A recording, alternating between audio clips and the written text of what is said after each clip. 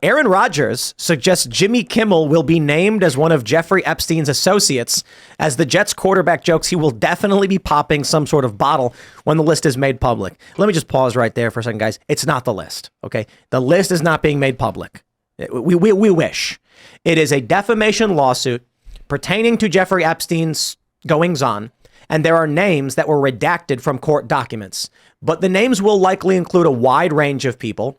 It's expected Bill Clinton will be on it, maybe even Bill Gates, but we don't know for sure and in what capacity they're being named. And Donald Trump, I believe it's very plausible. In fact, we've already got people chatting saying all they're going to do is they're going to unredact the names of people like Trump and people in the anti-establishment so the media can report Trump named in document. And then what it actually might be is I was watching the TV and I saw Donald Trump come on. And then I went, wow, look, it's Trump. I better call Epstein. And Trump's like nothing to do with any part of the story, but his name's in the court documents, which gives the corporate press enough to lie about. Now, Jimmy Kimmel responded. He said, actually, can we play this? Let's play this clip. Bring it up, Foxy or somebody back there. Seats on it. Bring up Super Bowl 58. You'll see it. The emblem, put it on the screen. And then bring up 57 and 56. This has something to do with the Epstein list that came out. Feels like. That's supposed to be coming out soon. Look, this guy's been waiting in his wine cellar. Yeah. I've been waiting in my wine cellar for this thing. A lot of people, including Jimmy Kimmel, are really hoping that doesn't. All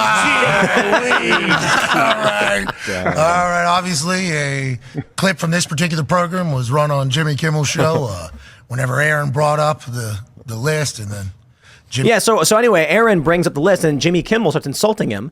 So Aaron Rodgers is like, he must be on the list. He must be terrified. Now, Jimmy Kimmel says, "Dear a-hole, for the record, I've not met, flown with, visited, or had any contact whatsoever with Epstein, nor will you find my name on any list other than the clearly phony nonsense that soft-brained wackos like yourself can't seem to distinguish from reality. Your reckless words put my family in danger. Keep it up, and we will debate the facts further in court." Jimmy Kimmel, you can go shove it. Let me tell you, brother, when you rag on Aaron Rodgers in the exact same way, you do not receive special permissions or qualifications or protections over your own stupid arguments. You put Aaron Rodgers' family in danger when you engage in the same public discourse he does. So you know what that means? Danger for you and your family is a normal part of life. Grow up. Stop crying about it. And if you can't handle the heat, get out of the kitchen because nobody likes you. You're on TV because the corporate press puts you there. That's about it. But I tell you this, you take someone like Jimmy Kimmel, you take him off his show, forgettable. It's forgettable. He's the anti-comedy. He's the guy I know him from wearing blackface, right? That's the guy who wore a lot of blackface back in the day. That's it. You make a great point, Tim, saying that Jimmy puts Aaron in the same danger that he's accusing Aaron of putting him in. It's what these woke people do. I would say that Aaron would be in more danger. Steve Scalise was shot. I can't remember the last time, I guess Gabby Giffords, but the last time a Democrat politician was shot. It's the left-wing wackos that go and assassinate people. Dave Chappelle was attacked by a left-wing wacko. There you go. So this another big story that we got is we'll bring up in just a little bit. The Dave Chappelle special, The Dreamer, comes out. And, everybody's talking about his opening joke where he's talking about Andy Kaufman, Jim Carrey, and says, he talks about trans people, and it's going viral for this reason. But what nobody's talking about is he does a very long segment in his special about how a fringe or an LGBT person tried to kill him. And I that's kind of crazy. We watched the special, and he's like, this guy jumped up on stage, lunged for me. They said he's got a gun. Someone tries to disarm it, realized it was actually a secret knife. And this guy apparently was part of the LGBT community who was offended at what Dave Chappelle had said. And I'm like, yo, this stuff's crazy. So anyway, we'll get into all that stuff because we do have stuff to pull up on the Dave Chappelle thing. But it's the funny thing about what Jimmy Kimmel does. Jimmy Kimmel basically said of his friend, and a friend of ours, Dickie Barrett, he said he hoped he would die. Wow. So Dickie refused to get the vaccine, gets fired. And he said he's been friends with Jimmy for decades. And, he was praising Jimmy Kimmel. But I'm like, I'm sorry, dude. Jimmy Kimmel said on his show, it's real simple what you do. The people who don't want to get vaccinated and like that horse paste stuff, you say, get out, you don't get treatment. And the people who get vaccinated, they get the treatment. And I'm like, he's advocating for hospitals kicking out dying people because they don't believe in your worldview, because they don't follow. Dude, the Hippocratic Oath, do no harm. Yep. I'm wondering if that applies to you must save somebody. Like, would doctors be like, I'm not going to save you? No, I don't have to hurt you. I'm not going to hurt you, but I'm not going to save you either. It's just disgusting, the kind of person that you have in the corporate world and the corporate press. But I will say, as much as social media has been bad in a lot of ways with like TikTok, the algorithms and all that stuff, at least shows like this can exist, and we can call out, we can exist to the extent that we can point out how psychotic Jimmy Kimmel is. And I will tell you the good news, because I want to ask you guys this about your holiday. But I go to Christmas, and Thanksgiving was similar to this, but Christmas was wild. And I'm talking with people, and they're all saying, I know. Yep. And I'm like, I'm getting people being like, what do you think is going to happen in November? Because regular people in the suburbs are now being like, I don't know how this election could even happen. I don't know what's going to happen in this country. And I'm like, I'm glad you are aware to a certain degree that there is something going on, because you'll get these trolls on Twitter and they'll be like, nobody cares about this stuff. Regular people don't care. Go touch grass. Homie, I went and touched grass, and the people were freaked out. Yep. They're buying gold from Costco to the point where Costco was it Costco, right? Wow. They were selling gold and they ran out. People are freaking out over this stuff. But I don't know, what happened with you guys when you go home for the holidays? What do your normie relatives, are they freaking out? I'm going to New Hampshire. I mean, not really, Yeah, you go to New Hampshire, you're going to Free State, come on. My Though not really, I mean the Free State Project. My family is in Western Massachusetts, my sister and her family and stuff. And while they're not, they definitely aren't considered right wing. They're fairly normies. There's not a whole lot of attention being paid to the Democrats and to politics yet. So but they're not masking up. They're not like, make sure you wear a mask to come to Thanksgiving or to Christmas dinner. Yeah, I've noticed a lot of people who are like not political junkies, or actually they're just apolitical, but they're noticing all the problems affecting their daily lives or their jobs. They can't ignore it. Like I think they've been asked to accept an unacceptable reality, and they're just like, something is really off in this world. Like everything's just off. And I had a lot of those conversations. I think for a long time now, there's a good tweet about this. I forgot to tweet it. He said that wokeness peaked in like 2020, and now it's fading away as people are finally less scared to speak up.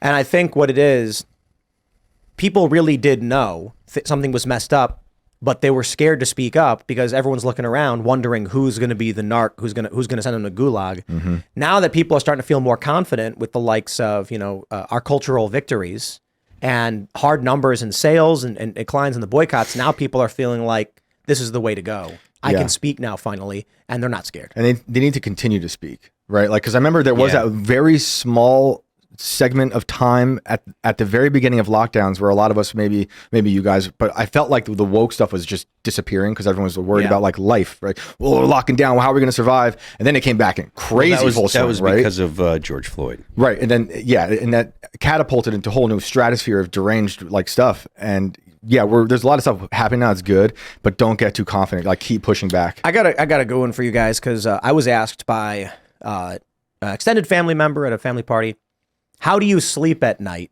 knowing the things you do?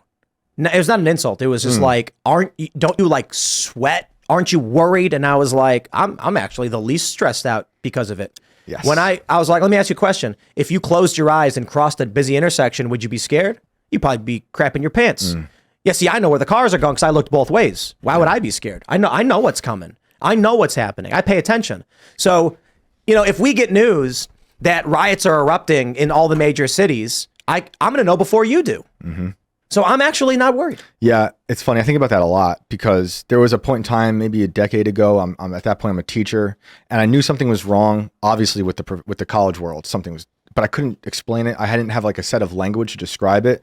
And then once I had a terminology and I'm like breaking it down, thinking about Marxism, all these things, I'm like, oh, all this is starting to really make sense.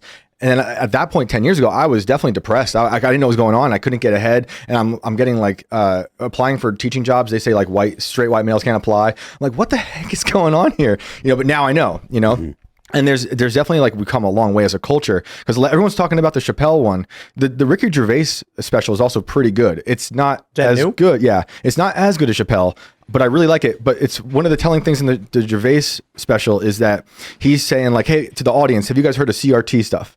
And I'm like, we've been talking about that for a minute, right? But it's like now it's gotten to such a level in the mainstream Netflix comedy special world where it's not surprising to hear Gervais talk about it, but it's kind of interesting to hear him address the crowd as if they never heard of it, you know. And now they're all laughing along to his jokes. These are giant wins for sure. He specified that in his. I think he actually called it critical race theory. Nice. Wow. Yeah, that's good. Yeah, he That's talks really about a lot of stuff. That. Good. No, Yeah, just saying, it's really good. Sam Harris is like so broken. Yeah. And He's a husk. And it's so well past the point of salvage. Like we are at the point now where this inflection point happened, I think last year or 2 years ago, where woke stuff really started becoming heavy cringe. We saw the Bud Light boycott. We saw the Target boycotts. Sam Harris tried playing this like, oh no, I'm going to stick with the establishment machine on this one. And he's doubling, tripling, quadrupling down. Every time he just doubles down, it's going to be like 2026. Everyone in this country is going to be totally off all the corporate press BS. And Sam's going to be like, no. And everyone's going to be like, dude, you go be a hermit. He's going to have a big long beard and be like, ah. Just meditate more. He just sacrificed all of his integrity. It's fascinating to see. But I bring him up because it's a good example of regular people who they know, but were so concerned about being ostracized. Actually, let me pull up his meme. See if I can find it. People are very concerned with being ostracized.